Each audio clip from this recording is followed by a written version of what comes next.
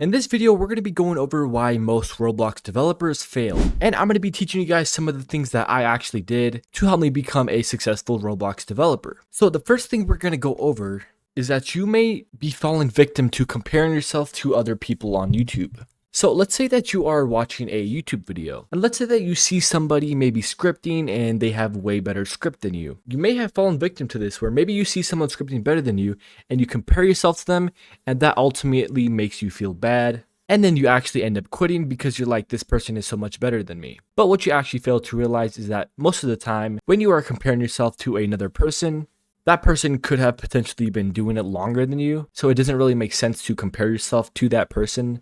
So the first tip I would give you guys is to stop comparing yourself to other people when it comes to Roblox development. Now, the second tip I want to give you is that you do not have other friends who are into scripting or Roblox development. That's why I actually made a little community of people who are serious about Roblox scripting. If you guys are interested in that, and I actually teach you guys how to script in that community, it'll be the first link in the description. So my tip for you would be to find like-minded people like you who want to start Roblox development or start scripting on Roblox. And you will easily find that inside of my community if you do decide to join. So my third tip for you guys would to be stop consuming Roblox development content. Now, what do I mean by this? I mainly mean entertainment content. So for example, let's say that there is a video of somebody showing off their Roblox development journey. Like, let's say for example, it's day 1 to day 300 of my Roblox journey. Let's say it's something along those lines. You want to stop consuming that kind of content because at the end of the day, what it actually does is it gives your brain a false realization,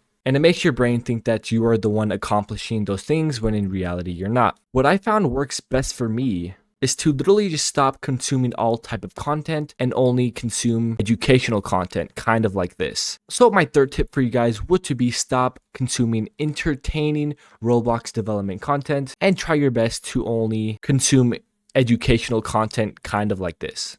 Now, my fourth tip for you guys to not fall off as a Roblox developer is to keep making games. Now, what do I mean by this?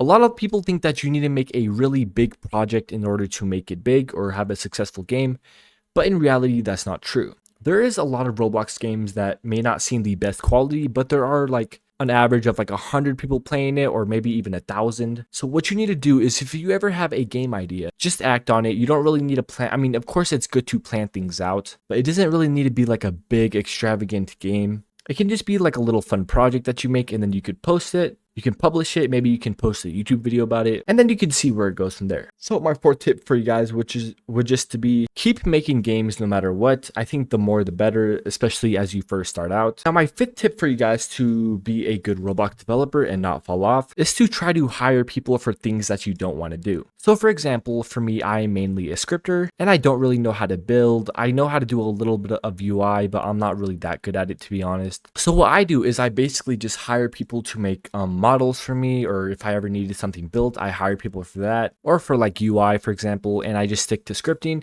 because that is what I know how to do, and I don't really want to learn how to do all the other stuff. And also, guys, if you ever try to learn multiple things, like let's say for example, you're trying to learn scripting, you're trying to learn how to model, how to build, how to make UI, how to make VFX, this is actually kind of a waste of time because you can't really be amazing at everything.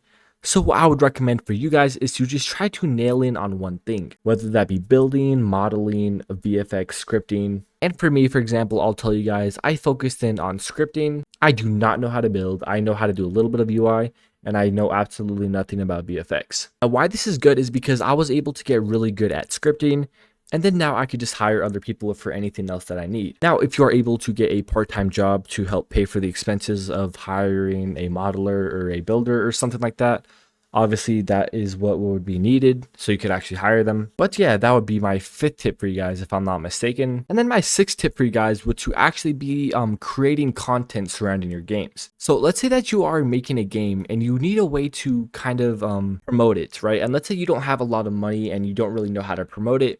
Well, what I would do is I would make some kind of video, maybe like a YouTube video or a YouTube short, kind of promoting your game, and then from there you could funnel your viewers to your game. For example, I have a video where I made a game called Grow a Forest, and basically from there people watched it and they ended up playing my game because I linked it in the description. It only took me a week to make, and it got a decent amount of visits, and I didn't pay anything to advertise it or anything like that. It was all organic. So yeah, if you don't really have the money to advertise your game, you can always do something like that. So that would be my sixth tip, is to try to make content surrounding your game so people can actually play it. Now guys, this tip is specifically for the scripters that are watching this video. If that is you and if you are trying to become a scripter, the tip is going to be that you need to have an essential base of Lua, which is the scripting language of Roblox. And if you don't have that as a scripter, obviously you are it's going to be hard to succeed in scripting. So what you need to do is you need to actually gain a solid sense of Lua and practice it a lot. In my community that I mentioned before, I actually have a beginner to advanced series in Lua, where I basically teach you everything you need to know about Lua scripting, and we actually make games together. So if that sounds like something you're interested in, again, it'll be the first link in the description. So yeah, I believe that was tip number 7, and for this next tip, it'll also be for the scripters watching this video. You need to practice, practice, practice. And what I mean by practice, practice, practice is actually just,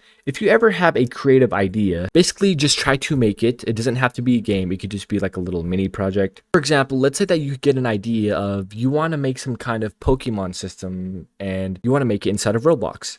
Well, you do exactly that. You don't need to make a whole game. You could just make a little mini Pokemon system. Maybe you can throw a Pokeball and a Pokemon will pop out of it or something like that. Obviously, we know how that went with Pokemon Brick Bronze, so maybe not Pokemon. Maybe that's not the best example, but you know, something along those lines if you ever have an idea like that. So that would be the 8th tip, which is to constantly make projects so you can go ahead and practice your skills that you learn. So guys, the 9th tip is going to be, you need to be okay with your games failing. And the reason why this is so essential is because, especially when you're first starting out, you cannot expect to make a game that goes popular. But what you can expect to do is to get better with each game that you publish, because that is a realistic goal.